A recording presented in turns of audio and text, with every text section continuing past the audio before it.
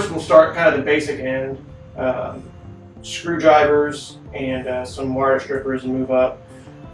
We use depin tools that allow you to remove wires out of most connectors, and they can range anywhere from sets like this, which are kind of a more universal basic set. These are a little bit cheaper. They're a little easier to break, but they actually do pretty well for most stuff. Then we have the bigger kits, and then we have the screwdrivers like I was mentioning. Now the screwdrivers are a pretty basic kit. The only catch is that these have one that goes specifically down to a 1.0, and the issue that you'll find a lot is that most kits won't actually have one that goes this low. They'll say it does, but it doesn't. So while it's a basic kit, we actually get these very specifically because it has the correct size, which is a very small 1.0. Then we quality control check it, get rid of any that are bent, things like that. So we have the very small little 8-piece kit. We have a 16-piece kit, which is a step up. So it's like this one. So we have the 8-piece, the 16-piece. From there we go up to a bigger 23-piece. This is a more dedicated kit, kind of like this smaller set that I showed you. But these all have kind of the bigger rubber handles, so it's easier to grip onto, and are even more specific to the task.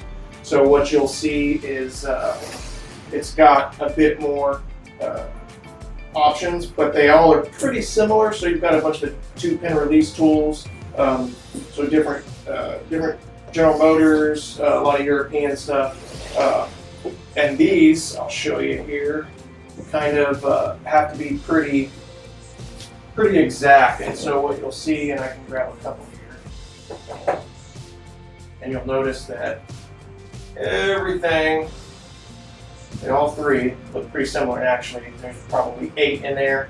And what it is just slight variances in the thickness and lengths.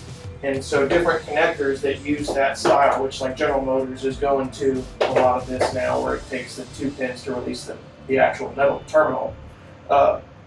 When you're sliding that down into the connector, you're going to kind of know immediately if you've got the wrong one, because it's just going to feel either too tight or too loose. And so you just kind of move through there. What I do is once I find the ones that work for a connector, I just mark the number and I can kind of remember that moving forward. But again, that 8-piece kit with that small 1.0 works real well for basic stuff. You know, you can use that for pulling off caps, things like that, so you can get into the internal locks. The 16-piece kit, of course, is the same, just has a few like nut drivers added to that. And of course, pick stems are great. Then we do have the different wire strippers. These are kind of nice, pretty ergonomic. But what you'll feel is it's got the curved handle, so when you're sitting here all day, if you're using them a lot to strip wires, these are going to feel a lot better in hand, and they actually stay sharp for quite a while. So those are good for the wire strippers. We do sell solder and heat shrink. Our heat shrink does have the glue in it. The one thing that kind of trips people up is the size of it, and we can go smaller if you need, but and I'll kind of show this here. It is a bit thicker, but even this will shrink down. I mean, I've got it down to 22 gauge. It just takes a little bit of heat, a little bit of time. The nice thing here is you have one size that will pretty much do all of it. You don't have to keep a bunch of different stuff. Again, if you want something smaller, we can definitely do that.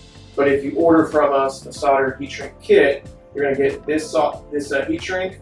You'll get a spool of solder similar to this. Sometimes we change it up, but so something just like that there.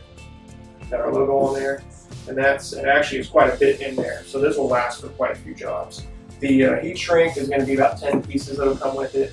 So you can always order a couple sets, or if you want to stock even more, just let us know. Again, anything we don't offer that you don't see on the site, give us a call, email us, and we can definitely help you out there.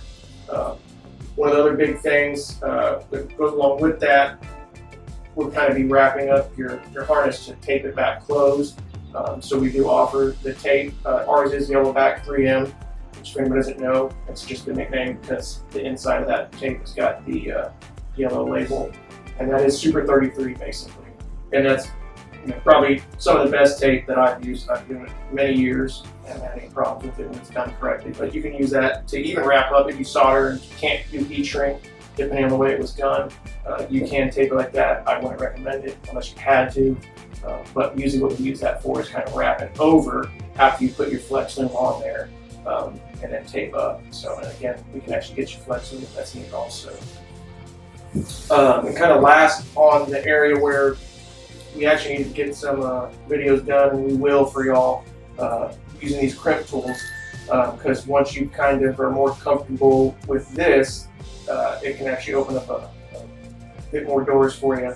So these will allow you to actually crimp the metal terminals, and let me grab one here and I'll show you. So right here, so these are, that's your pin terminal, and the seal, and our wire. So these tools here are used for crimping these pins onto the wire. So we have kind of a couple different options. These are just a little bit of the cheaper, more basic option.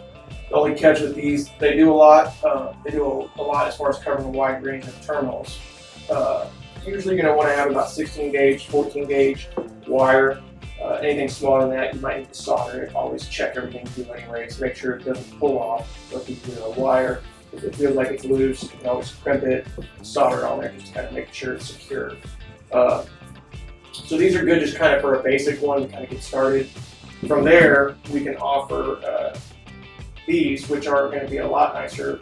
These actually we use quite a bit to ourselves. These are going to be a step up. So this tool, I think you're in the $30–40 range. Usually if you're buying it with another, if you're buying a connector and getting a tool at the same time, you get a discount in that price range.